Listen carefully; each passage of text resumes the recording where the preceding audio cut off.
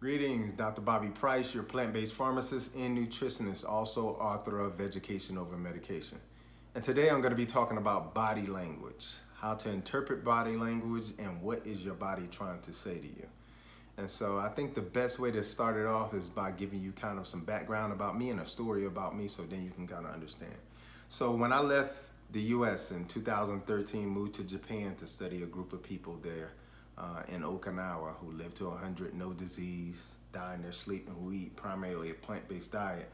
I lived there for about 3.5 years, and then after that was up, I kind of understood that I had learned as much as I could and it was time for me to move on. So after that, I just decided I was going to travel the world for about 1.5 to 2 years and learn from herbalists, shamans, spiritual gurus, all the holistic modalities or methods or approaches to how you can heal the human body. And so from Japan, I went to China. I learned traditional Chinese medicine. From there, I went to Thailand.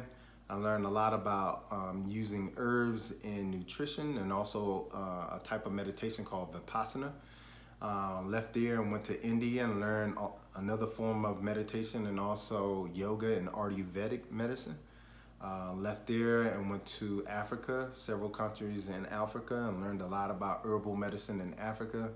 And then Peru and Honduras, where I learned pretty much a lot of the same things. So it just reinforced a lot of what I knew. But a lot of people were following me along that journey, and because I was posting pictures showing myself in Namibia around lions and monkeys and with different tribes and with different herbalists, and people were kind of following my journey as I was going. And one of the big questions that they asked me is, how are you able to communicate with these people? Going from country to country was a new language every time. And the one thing that I told them was it was body language.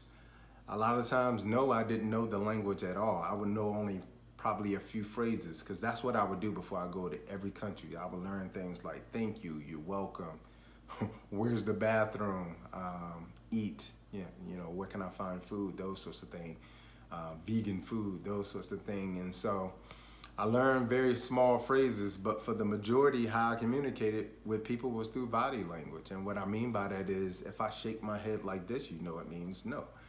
And that's pretty consistent throughout cultures, and up and down, yes. Now, I mean, in India, they kind of do a bobble.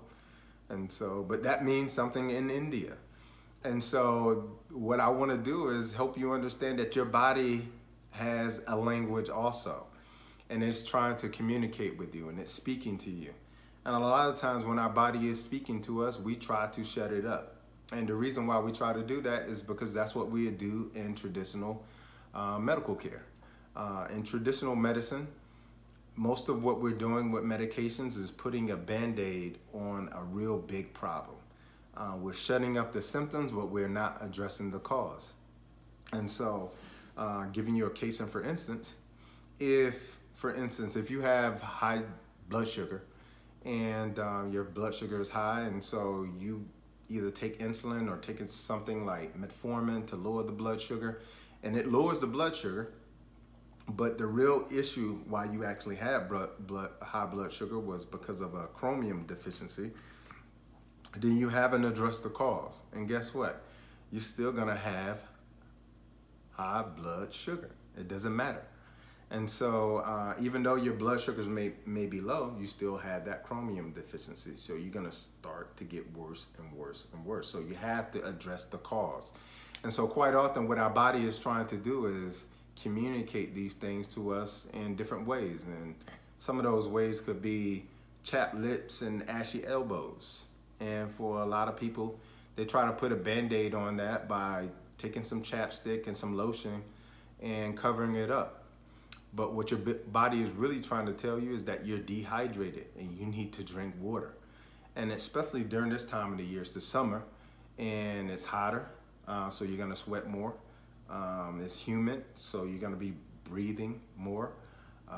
It's also time when people are most active, so people are outside and doing exercising more, so you're gonna need more water. And so people are prone to more dehydration during the summer as a result. And so when your body starts to speak to you in the way where it says, okay, I'm gonna make your lips chapped, and then I'm gonna make your skin ashy. Your body is just trying to communicate to you an internal problem by using the external. And so that's when you have to listen to it by actually drinking water. Same thing if you get acne. Acne is another way that your body is telling you that you're eating something that it has to get rid of because you're probably constipated. If you're eating a lot of sugars, starches, a lot of meat, dairy, a lot of times what all those things are gonna clog up your digestive tract. And when it does that, the body is gonna try to figure out a way to get it out. And because your kidneys are probably not filtering the way that they should, because you're probably eating a diet that is consistent in clogging up the kidneys, then the body will decide that, hey, I'm gonna throw this out through the third kidney, which is the skin. And so that's what it does, and then you get acne.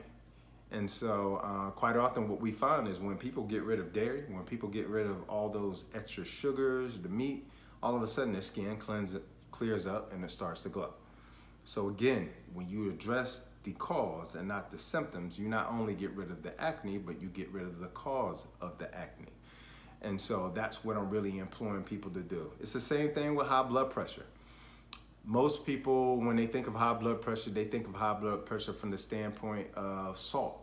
They think that it's the consumption of too much salt. When the truth is, most people don't consume enough of the right salt. See, most of the salt that we're eating today is chemical salt. It's salt that was made in a lab, and that kind of salt is the equivalent of glass inside of our blood vessels.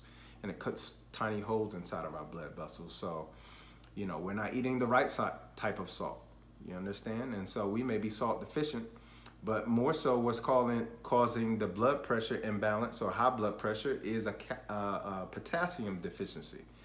If you have a potassium deficiency, and most of the soil is deficient in potassium, and we need about 4,700 milligrams every day, which is a lot, then you're gonna have high blood pressure. So if you don't address the potassium issue, you're not addressing the cause. So when you get on, you notice if you look within your family, in your family history, typically if one person has high blood pressure, everybody has blood.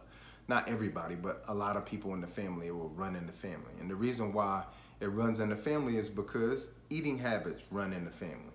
So typically people eat the same sorts of things within the family. Even once they leave out of the house as kids and to start their new families, they eat the same traditional foods as they ate when they were in their immediate family. So that begets high blood pressure, and that begets heredity.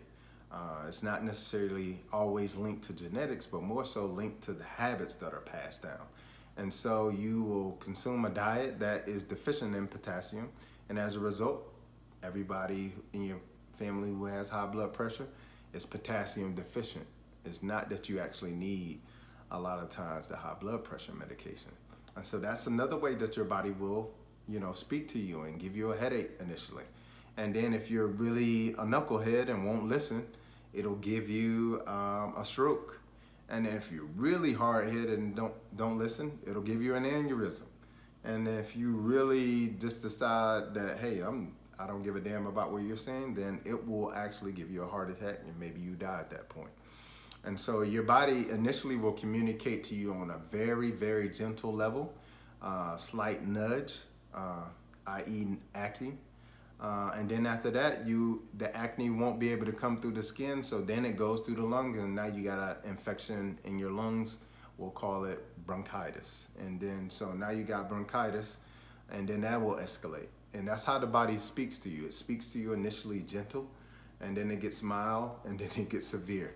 And so what I want to implore people to do is to understand that our bodies are always communicating to us. It's always speaking to us. And this body language that we need to understand is us speaking to us from an internal place. It's the body communicating to you what it needs from the external environment to come in or change so that it can get what it needs for you to be healthy, vibrant, and ready for the world. So that's my video today on body language, how to use the body to interpret what it's saying to you and what's going on inside of your internal environment. Hope you have enjoyed the video. If you have, please like and subscribe down low. And until the next video.